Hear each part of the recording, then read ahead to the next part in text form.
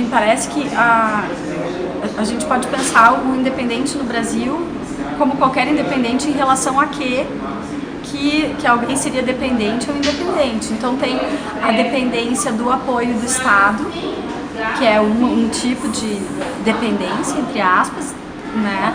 E a dependência de grandes estúdios ou de grandes investidores, de empresas de comunicação ou de produção cinematográfica que investam e que já tem todo um planejamento de distribuição, exibição incluído nesses investimentos. Então, a primeira coisa é tentar entender como que funciona o cinema no Brasil, porque é mais fácil pensar em independente em países ou que tem um sistema de cinema comercial muito bem instituído, sei lá, no Japão, na Índia, nos Estados Unidos, né? Ou em países em que você tem um sistema estatal de produção, né? Como eu acredito que era, enfim, na União Soviética.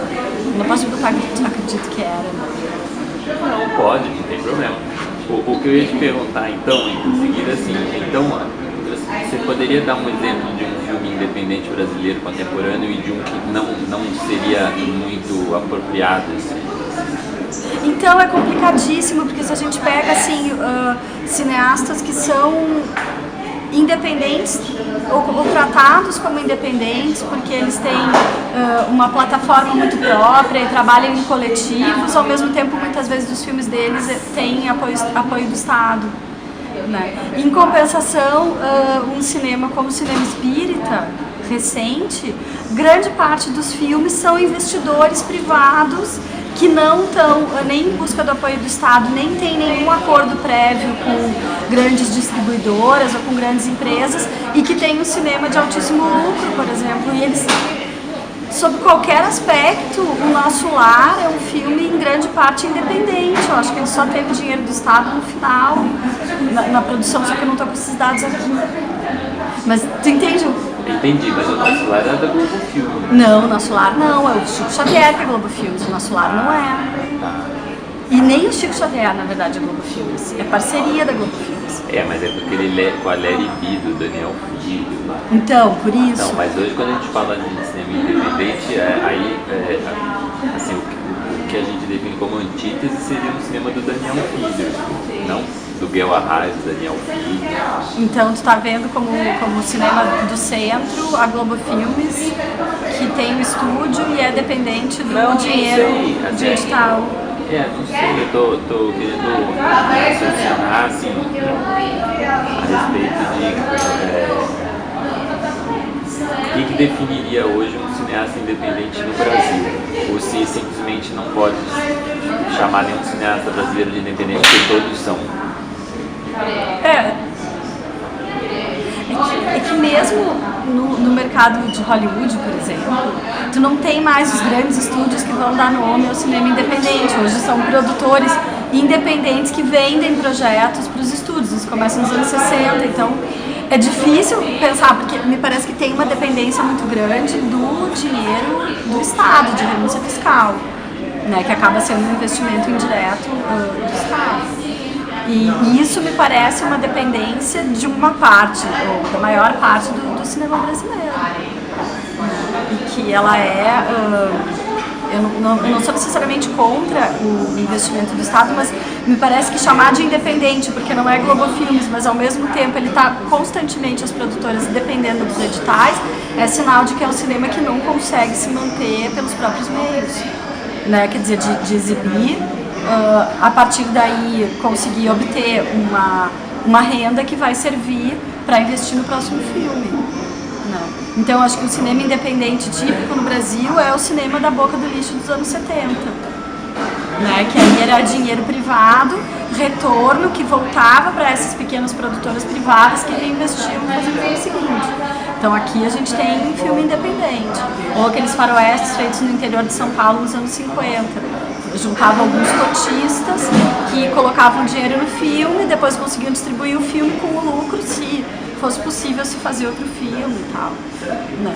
Então acho que aqui no Brasil a gente tem hoje em dia também, porque barateou muito o acesso e a qualidade das câmeras, dos computadores, dos recursos de edição, muita gente consegue fazer um filme com os próprios meios, mas essas pessoas não estão conseguindo o retorno desse investimento, a não ser que ganhem, por exemplo, um prêmio em festival, alguma coisa assim. Né? Então é um cinema independente que não tem, ele não tem continuidade, a não ser que comece a se conseguir o investimento em editais do Estado, porque mesmo a Globo Filmes depende disso.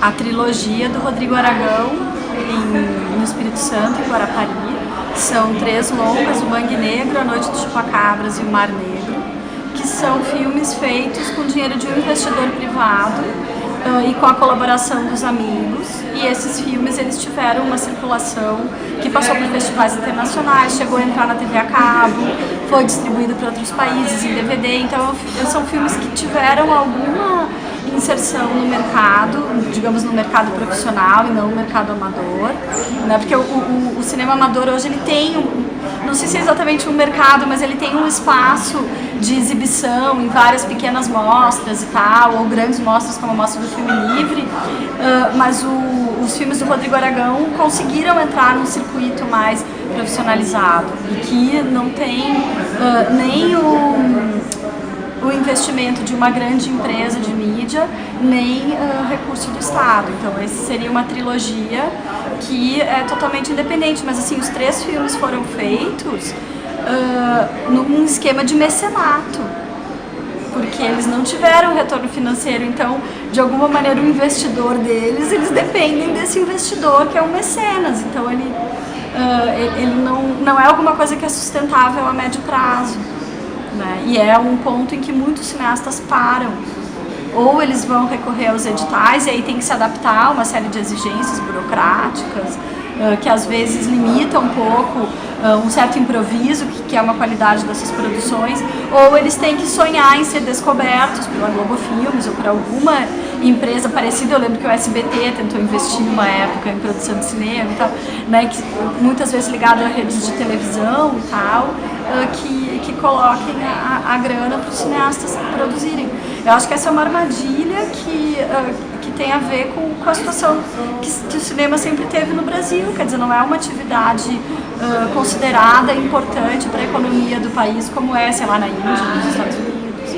Então, ou se depende do Estado, ou se depende de uma mega empresa ou do mecenato.